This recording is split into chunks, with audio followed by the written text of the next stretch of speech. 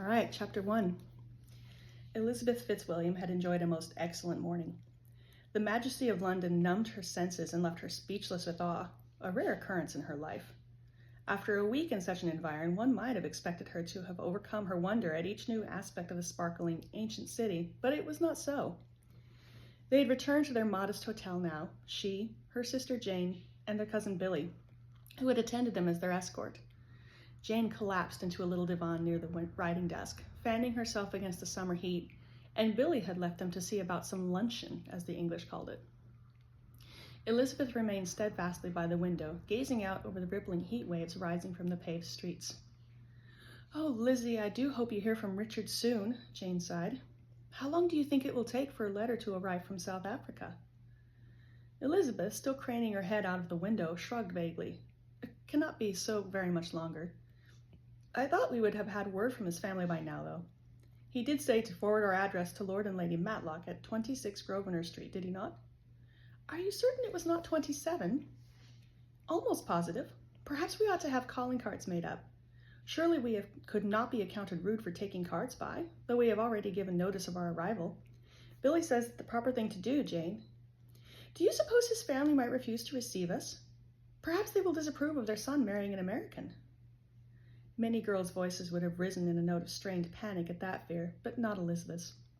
Her brow furrowed in distress, but it was only out of concern for potential disharmony with her husband's relations.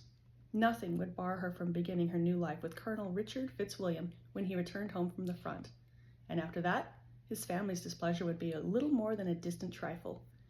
The life of an active cavalry officer was a vagrant one, and she intended whenever possible to travel with her husband. I'm sorry, my nose itches really bad. A quick rap sounded on the door of their little suite. Elizabeth, anticipating only her cousin's return, gestured flamboyantly with her hand as she continued to gaze out of the window. Affecting her best English accent, she playfully sang out, "You may enter, William." The personage who emerged through the door was a vastly different sort of William than she had expected. Elizabeth had only glanced over her shoulder when the door opened, but spun and jerked stiffly when a strange man entered their suite. Jane also leapt to attention, embarrassed that a stranger should have caught her lounging so idly. He was quite possibly the tallest man they had ever seen, of impressive proportions in addition to his startling height, and a dandy by all appearances. He had removed his hat, revealing a richly tousled mop of curly black hair, but every other iota of his dress was meticulously precise. A golden tie wrapped around a high starched collar, his chest shimmered with a matching waistcoat, and luxurious satin trim edged the crisp lapels of his coat. His trousers were pressed so sharply that it was a wonder he had not cut himself on them, and the toes of his gleaming shoes were no less pointed. His thickly lashed eyes were of such brilliant blue that they were almost turquoise, and his chin carried a pronounced cleft, just in the middle. The most ridiculous of all was the thick twirled mustache, which was so in vogue with the fine gentleman, but seemed preposterously out of place on a man whose appearance already tended toward the extravagant. He glanced uncomfortably between them, shifting a folded letter from one hand to the other. He finally settled on Jane, which most men eventually did. "Miss Elizabeth Bennet, I presume?" "I am Elizabeth," she answered before Jane could correct him. She came boldly forward, her chin up, one laughing eyebrow quirked, and an expectant smile just starting about her mouth. "I believe you must be Mr. Fitzwilliam Darcy. Is that correct? Richard has told me about you." He stared mutely for half a second, his mouth not quite closed. With a blink, he recalled himself. "Quite so." He hesitated, then bobbed her a quick, formal bow. "At your service, Miss Bennet." He straightened, then cast his gaze down to the letter he held. The brief wave of astonishment in his eyes gave way to some deeper feeling as he ran one finger down the edge of the paper. For the first time, Elizabeth felt her stomach twist, but she forced herself to remain calm.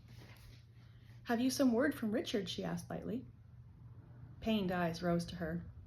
She could see the tight collar moving as his throat worked. He opened his mouth as if to speak, but nothing emerged. Elizabeth's breath left her, and she drew unconsciously close, pleading for the fear in her heart to be only a passing nightmare.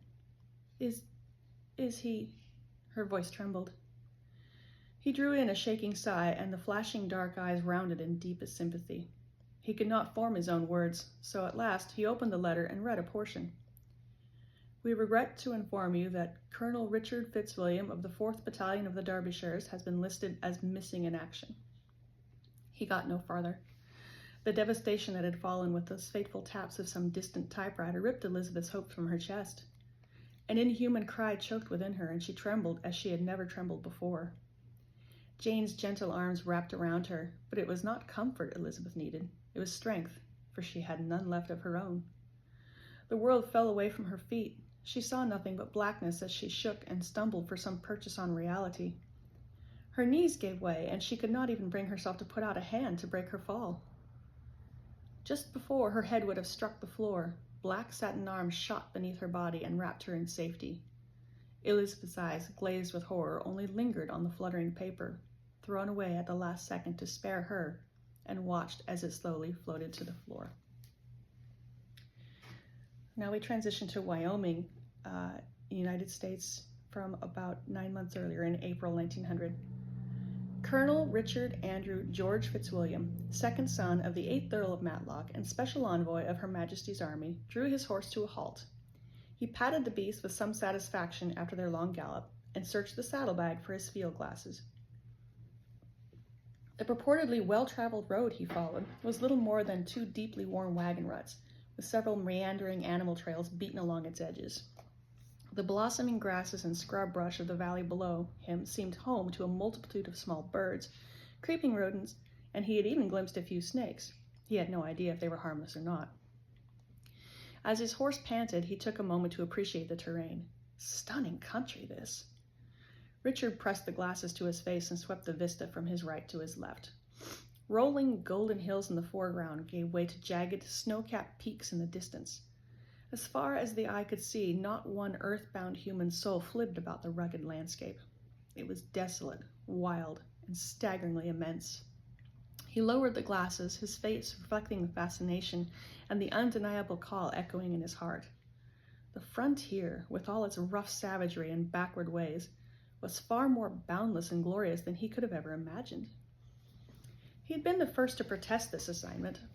He was a leader of men, and rightly ought to be with his men as they struggled on the Boer front. His superiors, however, thought otherwise.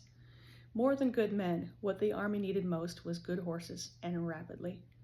His reputation as a fine judge of horseflesh and an accomplished master of the cavalry had cemented the War Office's opinion that he should be the one to replace Colonel Marcus at this backwater outpost. 1,000 horses every 2 months.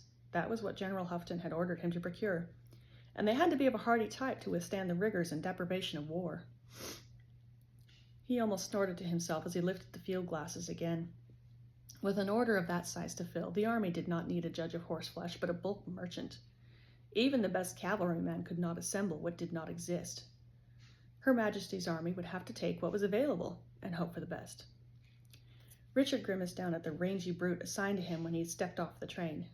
It was not an auspicious beginning, if this was intended to be an honor to his rank. To call the creature a thoroughbred was a stretch. He seemed willing and at least somewhat trained, but he was a raw-boned thing with a loose-jointed gait that rattled his rider's teeth, and a head that could have suited one of the long-faced cattle he had passed. How Darcy would laugh to see him astride such a monstrosity. Ah, Darcy, what would you think of this unbroken land? His genial face split into a grin beneath the glasses as he appreciatively scanned the horizon once more. 3 miles to the west, along this crude wagon road, had been his directions. His fingers flinched on the glass as a figure dashed across their magnified view. Pulling them down, he squinted and then trained the glasses once more on a galloping horse. It was cutting a path almost diagonal to his own and flying at breakneck speed. He leaned unconsciously forward in the saddle. Was that a thatch of curly brown hair streaming behind the rider? Why, yes, it was. It was a woman. She rode astride, her wide-legged split skirt flapping in the wind and her hat fluttering by long ribbons behind her. He swept the terrain again and found no other horses nearby. A runaway. Without a second thought, Richard's experienced eyes projected a path to intercept the wayward steed. He put heel to his mouth, mount, and they were off in hot pursuit. The leggy brown horse performed better than he had hoped, and in little time at all, though it seemed much longer, he had nearly caught the flying little range pony. He angled a bit more sharply towards it, his hand outstretched to catch the horse's bridle. The woman had seen him now. Wide eyes met his own, and her mouth rounded in a single inaudible syllable just as he closed in on her. "Whoa there!" he called, snatching the reins and giving a firm tug to bring the little pinto into line beside him. "Steady, boy. Miss, are you—" he began to ask, but in that instant she slashed across his face with the long ends of her reins. "Unhand my horse!" she cried, and swung her reins again. "Get back, sir!" Yelping as if she had scalded him, Richard dropped the rein and jerked away. "I mean you no harm, miss," he protested. "I only thought to stop your runaway." The fury drained from her features, replaced quickly with wry amusement. "My runaway?" she laughed. "I'm glad you informed me I had such a problem, for I might have mistakenly continued to enjoy my ride." You were not in any danger, miss?" he stammered. Naturally, he had known many a bold female rider. Why, his mother used to enjoy a splendid gallop as much as any man, and his cousin, Georgiana, followed the hounds whenever she got the chance.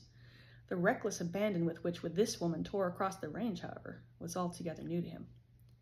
I do beg your pardon. Forgive me for frightening you." He backed his horse away, touching his hat. Perhaps sensing her own disheveled state, she reached to settle her wide hat over her wild, wind-tangled hair. "You are new to the area," she observed, with a little curve to her brow and an impish smile about her mouth. Unaccountably shy all at once, he could not help himself from admiring her before he spoke. How her eyes did sparkle when she smiled. "Colonel Richard Fitzwilliam, at your service, miss. You are correct, for I am only arrived today." She lifted her chin in a nod of acknowledgement as her smile widened. "In that case, Colonel, I might suggest you take care of the prairie dog holes when you race your horse off the road like that. Another of your colonels crippled 2 horses in that way last year." With a mercurial twinkle of her nose, she offered him one last grin, whirled her stubby-legged pinto, and darted off along her original course. Fitzwilliam's own mount attempted to bolt after the other horse, and had he not his orders, he would have been scarcely less inclined himself. He stared after her. What the devil was a prairie dog? And what a singular young woman! He remained thus, gazing after the receding wisp of dark hair until she had completely disappeared. Americans were a strange lot. Moving on to London in July 1900. Darcy gazed straight forward in his motor car, his back rigid and his jaw set. How was it that doing the right thing somehow always fell to him? He'd refused to engage any of his passengers in conversation once they were underway, although he felt the solemn weight of the gaze of the lady riding directly beside him. "Ah, the Royal Academy! I have it on good authority that the glazing of the windows alone cost in excess of £1,000. Darcy arched a brow, but otherwise dismissed the American's ignorant comment. Collins, his name was.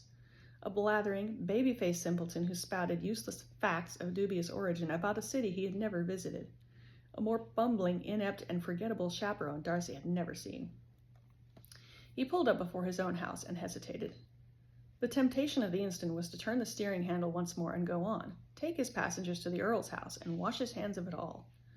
Once he invited that doughy American fellow into his own home, and the ladies felt the comfort of his protection, they would be entirely his problem, just as surely as they should have belonged to someone else. The taller lady, the prettier one, had ridden in silence just behind him, her hands neatly folded in her lap, and her complexion pale. She seemed respectable enough, though he had heard an occasional gasp of uneducated awe at the sights they passed in the street. A raw, simple country girl, but not an offensive one. She could disappear, and he would hardly know she was around. And that pasty fellow on the rear seat beside her could easily be ignored. Heaven knew his house was large enough that he might scarcely see the man. It was the third guest, the reason he could not turn them all away, who troubled him the most. She rode in much the same posture as her sister, but there was something about her eyes. They seemed to be living, speaking things. They fell on him frequently. He knew this by the way his collar tightened each time they swept his way. He made the mistake of catching her look only once, and he still could not shake that eerie sense of vulnerability. She was too free with her expressions. That must be the cause. Her figure seemed to pulse and snap in contrast to the others who were politely indifferent to one another. Not so with this woman. He could read each nuance of her thoughts as she turned to the window, could perceive her gratitude for her sister's presence and her patient disdain whenever her cousin recited another triviality about the London sights. And whenever she looked his way, he felt certain she was some enchantress, endowed with the ability to peer into the hearts of mortal men. She was staring at him now, Richard's wife. That was the best he could possibly hope to call her. for either she was an ill-judged mistake of his cousin's, or she was a fraud. Her gaze was steady, her breathing deep and slow, as if she were meditating before some great undertaking. Darcy spared her another glance in that last instant before he opened the door. Her eyes never left him. He stepped down from the motor car to assist the ladies. His shoulders tensed and the back of his neck prickled when she took his hand. And then she stood on the pavement, her face tipped up to his front door.